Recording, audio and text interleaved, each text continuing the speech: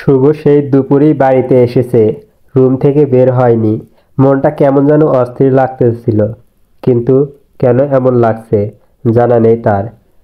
তাই সে সিগারেট খেতে খেতে ছাদে যায়। ছাদে রোদকে একটা ছেলের সাথে ওইভাবে দেখে যেন হিতাহিত জ্ঞান শূন্য হয়ে পড়ে। রোদ শাড়ি পরেছে, শাড়ি পরে ভালো মতন হাঁটতে পারছে না। শাড়িতে পেঁচিয়ে যখন পরে নিতে যাবে, তখন আকাশ রোদকে ধরে ফেলে। আর সেই অবস্থায় শুভ রোদকে দেখে ফেলে, যে রোদকে একটা ছেলে জড়িয়ে আছে। রাগে কিছু ভেবে পায় না। শুভ নিজের রুমে চলে যায়, এসে দেওয়ালে খুশি দিতে থাকে। সে কোনোভাবেই যেন নিজের রাগ কন্ট্রোল করতে পারছে না। ইচ্ছা করছে রোদকে সহ ওই ছেলেটাকেও মেরে ফেলতে। শুভ দেওয়ালে খুশি দিতে দিতে বলে, শুভ্র, এই মেয়েটার জন্য কেন আমার এত রাগ হচ্ছে? ও জাহান্নামে যাক, তাতে আমার কিচ্ছু না। এদিকে রোদ আকাশকে দূরে সরিয়ে দিয়ে দূরে গিয়ে দাঁড়ায়।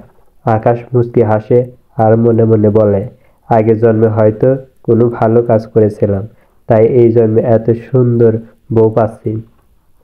চাঁদের গায়ে খুদ আছে, কিন্তু এই জান্নাতের হুরপরির গায়ে কোনো খুদ নেই। মনে হচ্ছে আল্লাহ খুব যত্ন করে বানিয়েছে। আকাশ এক ধ্যানে তাকিয়ে আছে রোদের দিকে। রোদের কেমন যেন বিরক্ত লাগছে। এইভাবে তাকিয়ে আছে কেন এই লোক? মাথায় কি সমস্যা? আস্তে করে কাজ দেয় রোদ। আকাশের ধ্যান ভাঙে আর মনে বলে ওঠে, আকাশ, আপনি সত্যিই অনেক সুন্দর। রোদ রোদ মাথা নিচু করে আছে। আকাশ আবার বলে ওঠে, আমি এই বিয়েতে রাজি। আপনার কোনো আপত্তি নেই তো? রোদ কিছু বলে না, ঠোঁট কাঁপছে, নিজের কান্না আটকে রাখার চেষ্টা করছে। বুকের ভিতর যেন ঝড় বইছে। আকাশ আর কিছু বলে না। সে ভেবে নেয় রোদ হয়তো লজ্জা পাচ্ছে। তখনই নীলা আসে রোদ আর আকাশকে ডাকতে। দুজনে নিচে চলে যায়। আকাশের পাশাপাশি বসায় দুজনকে। আকাশের আম্মু একটা আংটি বের করে দেয় আকাশকে। আকাশ রোদের হাতে আংটি পরিয়ে দেয়, ডায়মন্ড আংটি, যেন রোদের ফর্সা হাতে জ্বল করছে। এই সব কিছু উপরে দাঁড়িয়ে দেখছিল শুভ্র। কেন জানি তার ভীষণ রাগ হচ্ছে। রোদ নিজের রুমে চলে আসে আর পাত্রপক্ষের বিয়ের দিন তারিখ ঠিক করে যায়। সামনের সপ্তাহে রোদ আর আকাশের বিয়ে। এর মধ্যে বিয়ের শপিং, তারপর যা যা লাগে সব ঠিকঠাক করতে হবে।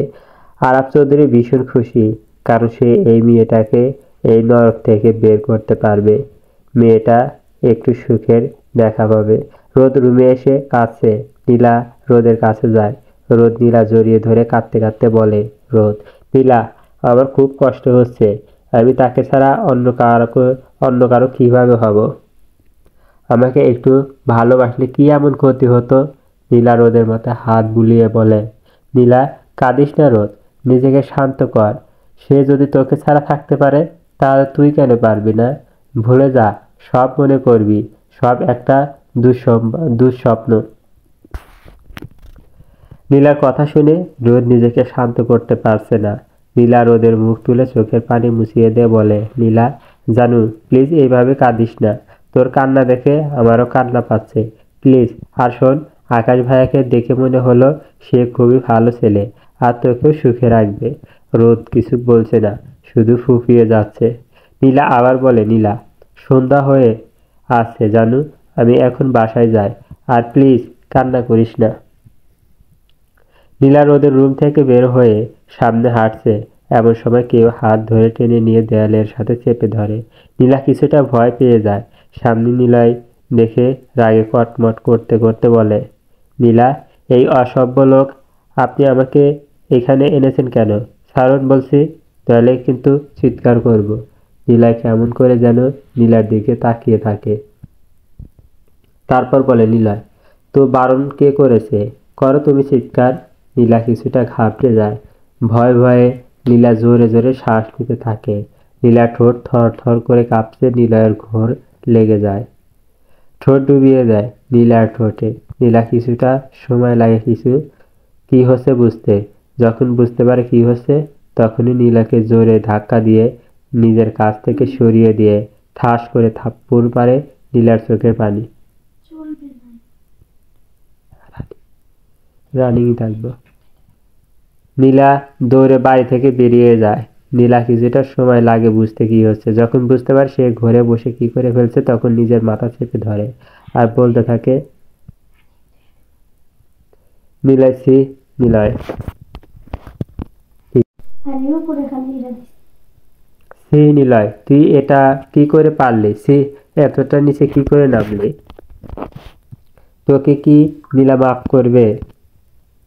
বলে রাগে দেয়ালে ঘুষি দিতে থাকে। অয়নের কোনো খোঁজ সেদিন যে বাসা থেকে বের হয়েছে তারপর আর ফেরেনি। রাত 12:30 রোদ ব্যালকনিতে দাঁড়িয়ে আছে, অন্ধকার আকাশের দিকে তাকিয়ে আছে, চোখ দিয়ে অনবরত পানি পড়ছে।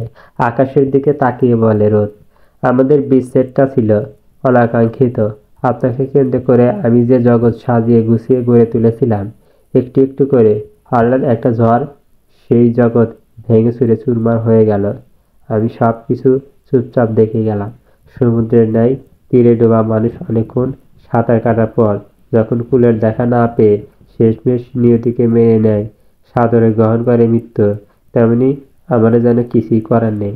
আমিও অসহায়ের মতো গ্রহণ করে নিয়েছিলাম নিষ্ঠুরতম বিচ্ছেদকে। আমার বুকের বাঁ পাশটা ফাঁকা হয়ে গেল। কোন শূন্যতা হাড় কাঁপা শীতের মতো হু হু করে কাঁপতে থাকলো সবসময়। তুমি নাই এমন একটা দুঃসংবাদ আমি মেনে নিতে পারছিলাম না কিছুতেই। কেন নাই? এটা তো কথা ছিল না। এই শব্দের উত্তর খুঁজতে গিয়ে আমি নিজের বারবার ভুল ত্রুটি খুঁজেছি। নিজের অজান্তেই অপরাধী কাঠগড়ায় নিজে দাঁড় করিয়েছি বারবার। প্রতিদিন প্রতি মুহূর্তে বারবার মনে হয়েছে তুমি ফিরবে। হ্যাঁ, তোমাকে ফিরতে হবে। হ্যাঁ, ফিরেছ তুমি, কিন্তু আমি যাকে ভালোবাসি সে না, অন্য কেউ। খুব অচেনা হয়ে গেলে তুমি। আমি ভাবতাম তোমার অভাব আমাকে যেমন করে পোড়ায় তেমনি হয়তো আমার অভাবও তোমাকে এমন করে পোড়ায়। যে তোমাকে দেখে আমি মুগ্ধ হয়েছি, যে তোমাকে আমি ভালোবেসেছি, সেই তুমি আজ খুব অচেনা হয়ে গেলে। আচ্ছা, এত আচ্ছা, এত হৃদয়হীন কেউ হয়? এত নিশ্চয়ই একটা মানুষকে আমি ভালোবাসলাম কি করে? হাজারটা কাটার পথ পাড়িয়ে আমি যে দুয়ারে দাঁড়াতে চেয়েছি সেখানে আমার অপেক্ষায় কেউ ছিল না। কে জানতো হাজারটা বাড়িয়ে দেওয়া হাত ফিরিয়ে দিয়ে আমি যে হাতটা শক্ত করে ধরে রাখতে চেয়েছিলাম সেই হাতটা সবার আগে আমার হাত ছেড়ে দিবে। আচ্ছা, কিভাবে সবকিছু ভুলে গেলেন? কিভাবে এতটা নিষ্ঠুর হলেন? আমি তো আপনাকে খুব বেশি ভালোবেসেছি। আপনার আমার এই বিচ্ছেদ কেন হলো? কি দোষ করেছিলাম আমি যে এতটা ঘৃণা করেন আমায়? রোদ কাঁদতে কাঁদতে বসে পড়ে। দুপুর 11টা। একটা কফি শপে বসে পেটিং করছিল শুভ। হঠাৎ করে হাসির শব্দ পায়। সামনে তাকাতেই ভ্রু কুঁচকে তাকায় শুভ। রোদ বসে আসে সামনে। লোকটাকে দেখতে পারছে না। রোদকে অন্য কারোর সাথে এইভাবে বসে থাকতে দেখে রেগে গিয়ে জোরে থাপ্পড় বসায় রোদের গালে। আশেপাশে সবাই তাকিয়ে আছে। শুভ্র রাগে যেন শরীরে জ্বলে যাচ্ছে। জানি পরবর্তী গল্প পাওয়ার জন্য চ্যানেলটি সাবস্ক্রাইব করে কমেন্ট করুন। ধন্যবাদ।